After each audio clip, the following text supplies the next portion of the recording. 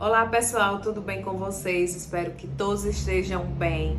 Sejam bem-vindos à nossa terceira aula, certo? E hoje o tema da nossa aula é números na Libras, certo? Os números. A gente vai ver a classificação deles, certo? E expressões faciais, ok? Na Libras existem 4 formas de sinalização dos números, certo? Eu vou explicar para vocês cada uma delas, ok? Existem as cardinais, que são utilizadas para código de representatividade, certo? Os cardinais, que são usados para quantidade, certo? Os ordinais, que indicam ordem, e o sistema monetário, certo? Na aula anterior a gente viu os números, mas viu os números mais enxutos. Agora a gente vai aprofundar mais nessas 4 formas de sinalizarmos os números na Libras. Código representativo. No código representativo, a gente usa essa sinalização para identificar coisas como número de telefone, número de casa, número de apartamento, número de conta de banco, certo? A gente utiliza essa forma numérica para essas ocasiões. Como vocês podem ver na imagem ao lado, eles são utilizados da mesma forma dos numerais normais que a gente aprendeu na outra aula, que é 1, 2, 3, 4, 5, 6, 7, 8, 9, 10 e assim por diante. Lembrando, a palma da mão para dentro nessa situação, ok? Então, quando eu vou dizer que o meu número de telefone, eu preciso fazer 999256271. Número de casa, minha casa, número 243, certo? Palma da mão para dentro, ok?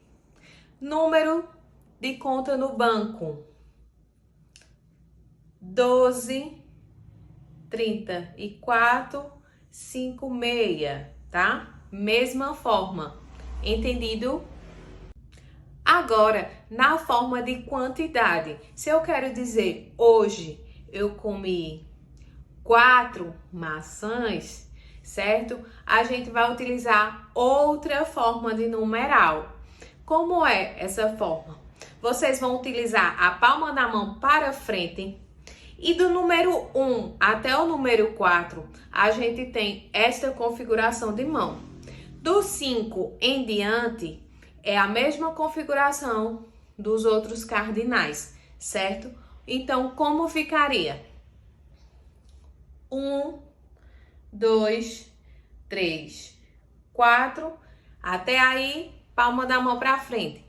Do 5 em diante, a gente vai fazer os mesmos outros números. 5, 6, 7, 8, 9, 10 e assim por diante. Então, um exemplo para vocês seria: hoje comi uma maçã, 2 bananas, 3 uvas, certo? Então, para a quantidade de coisas, de objetos, a gente vai usar essa sinalização até o número 4, ok? 5 em diante, os mesmos numerais normais, entendido? Agora, os números ordinais, que indicam ordem, tá certo? A gente viu na aula passada e eu vou revisar novamente, certo? Então, os cardinais também fazem parte dessas 4 divisões dos números, certo? E todos eles têm movimento, certo? No sinal, e ficaria dessa forma: primeiro, O movimento é esse, ó, cima, baixo, certo? Primeiro, segundo, terceiro, quarto, quinto, sexto. Já muda o movimento, ó. É para os lados. Sexto, sétimo, oitavo, nono, décimo e assim por diante. Um exemplo de frase: ele chegou em primeiro, certo? Ok? Valores monetários, certo? Como a gente utiliza os números nos valores monetários? Esse aqui é o sinal de dinheiro, certo? Esses dois dedos, dinheiro, ok? Esse é o sinal de reais, reais. R, balançando, ó, para a direita e para a esquerda. Reais. Sinal de centavos, certo? O C balançando. Sinal de moeda, ok? Para utilizarmos os números no sistema monetário, a gente precisa entender uma regrinha que tem do número 1 até o número 4. Vocês vão mudar o movimento e a configuração de mão. Qual seria? Quando eu quero dizer R$1, eu tenho que fazer essa configuração de mão e esse movimento, como se fosse desenhando uma vírgula, tá? 2, 3, 4, ok? Então, essa regra é para o número 1 até o número 4, ou seja, R$1 até R$4. Então, R$1, R$2, R$3, R$4. Para utilizarmos a partir de R$5, a gente vai precisar fazer os números normais, certo? E acrescentar o sinal de reais. Então, ficaria R$5, R$6, R$7, R$8, R$9, R$10 e assim por diante. Então, um exemplo de frase para vocês. Eu comprei pão R$2. R$2. Eu comprei remédio R$50, ok? Quando tem centavos, como é que eu faço? Por exemplo, R$1,50, como eu digo, eu vou fazer virado para frente, vírgula 50. Ao invés de eu fazer centavos, eu vou fazer reais, certo? Porque a gente tá falando de R$1,50, certo? Então, ficaria 1,50 reais. Quando eu quero falar só de centavos, eu vou fazer 50 centavos, 70 centavos. Ok, entendido? Agora vamos aprender as expressões faciais, certo? As expressões faciais são usadas para dar sentido ao sinal, certo?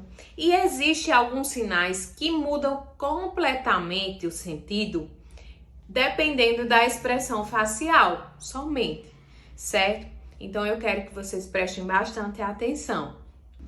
Para alguns autores, existem dois tipos de expressões faciais, certo? As gramaticais e as afetivas, certo? Nas gramaticais, nós temos ainda duas classificações dentro dela, que são as gramaticais léxicas e as gramaticais sentenciais, certo? No próximo slide, teremos algumas expressões faciais, certo? Depois eu vou precisar que vocês identifiquem elas, ok? Certo? Mas as mais básicas seriam dúvida, espanto, né? Medo, felicidade, tristeza, certo? Essas são algumas, Vocês vão ver aí as imagens, certo? E eu quero que vocês tentem identificá-las.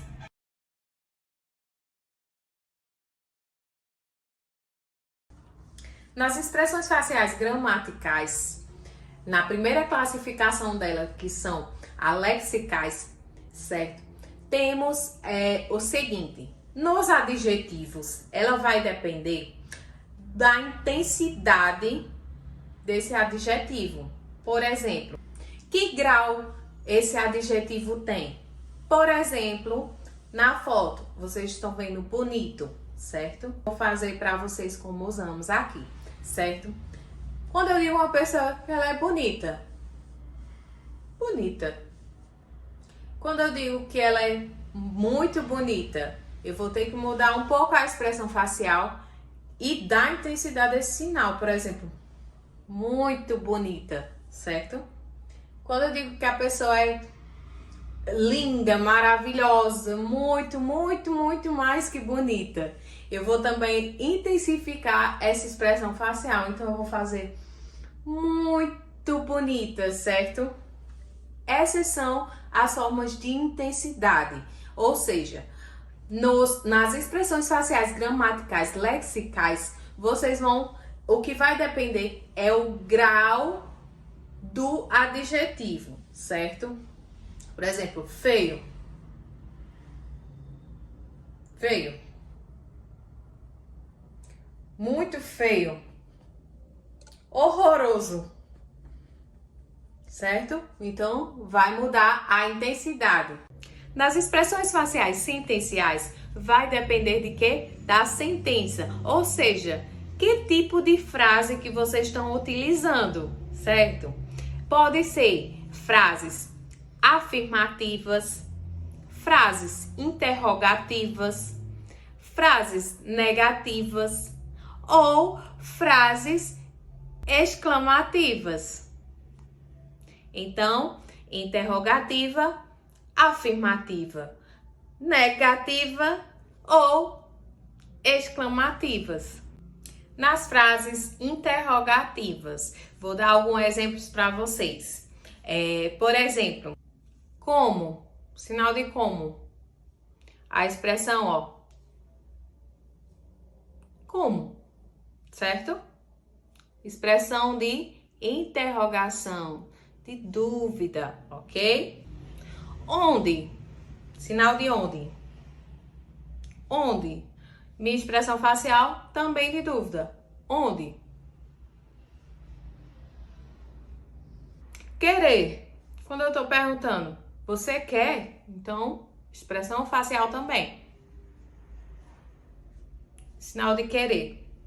Lembrando que mais pra frente, nas outras aulas, a gente vai aprender sinais por sinais, divididos em seus conteúdos, certo? Então, vocês não se preocupem, tenham calma, que agora está sendo superficial, mas nas próximas aulas a gente vai se aprofundar em aprender sinal por sinal, ok? Então, querer. Poder. Então, você pode?